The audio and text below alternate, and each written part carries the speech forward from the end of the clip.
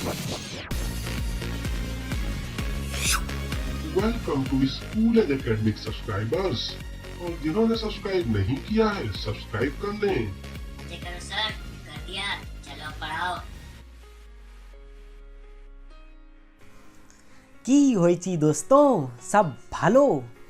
तो चलो अब अपनी ज्ञान गंगा ज्योग्राफी पे बहाते हैं और 9th की भूगोल का पहला चैप्टर है India size and location, Bharat आकार व स्थान।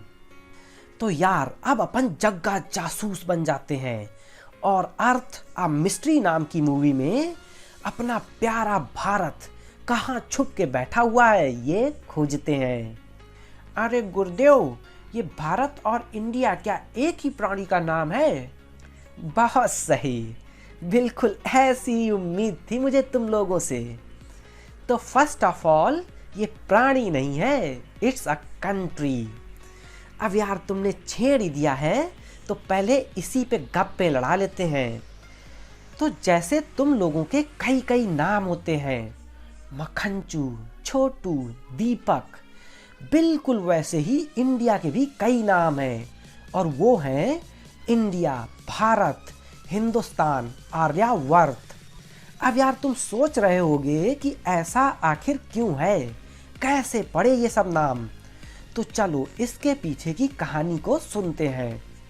बाबा आदम जमाने की बात है, एक वेद हुआ करता था, ऋग्वेद। तो ऋग्वेद की माने तो अराउंड 1500 BC में आर्यन यहाँ पर आकर रहने लगे और इसी वजह से इसे आर्यावर्त बोला जाता है, लैंड ऑफ आर्यंस। और उन्हीं आर्यन में एक महान राजा हुआ करते थे, दुष्यंत एंड शकुंतला के पुत्र राजा भरत, और उन्हीं के नाम पे इसका नाम पड़ा भारत। अब यार ऋग्वेद में एक रिवर सिंधु के बारे में बताया गया है और अपने ग्रीक भाई लोग इसको इंडस रिवर के नाम से जानते थे। अरे यार तुम लोगों ने इंडस वैली सिविलाइजेशन या सिंधु घाटी की सभ्यता के बारे में तो सुन ही रखा होगा, है ना? तो यार ये ग्रीस के लोगों ने इंडस रिवर के ईस्टर्न साइड को इंडिया बोलना शुरू कर दिया और वहीं पर्शियन लोगों ने सिंधु रिवर की वजह से यहाँ के लोगों को हिंदू और इस रीजन को हिंदुस्तान बोलना स्टार्ट कर दिया। तो यारों ये वजह थी कि इंडिया के ये सब नाम पड़े। बट इंडियन कॉन्स्टिट्यूशन के हिसाब से इसके दो नाम हैं, इंडिया और भारत। अच्छा चलो तो अब जग्गा जासूस को वापस बुलाते हैं। तो यार ये तो तुम्हें पता ही होगा कि अगर तुमको घर के अंदर खजाना ढूंढना है तो तुमको सबसे पहले घर का पूरा ब्लूप्रिंट पता होना चाहिए।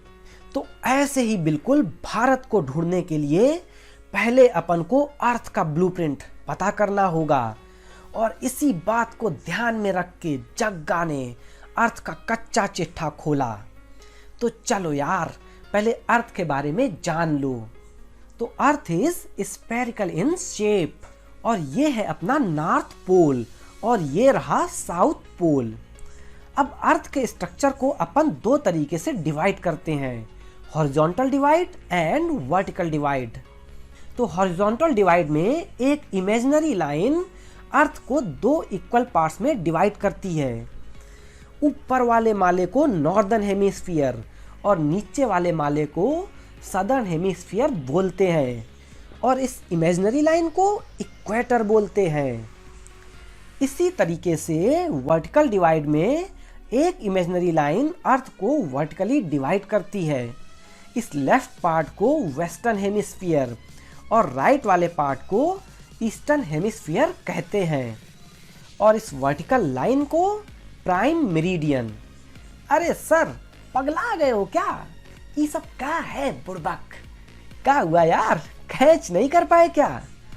अच्छा चलो अब तुमको समझाते हैं with the apple theory of earth. तो यार एप्पल तो सब लोग खाते ही होंगे। An apple a day keeps the doctor away.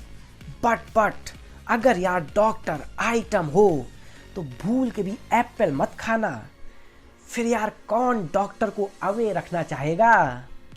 तो चलो फोकस करो अब। वैसे यार तुम लोगों ने डायरेक्शन कन्वेंशन के बारे में तो सुना ही होगा, जैसे कि ऊपर की तरफ नॉर्थ, नीचे की तरफ south, right side east and left side west.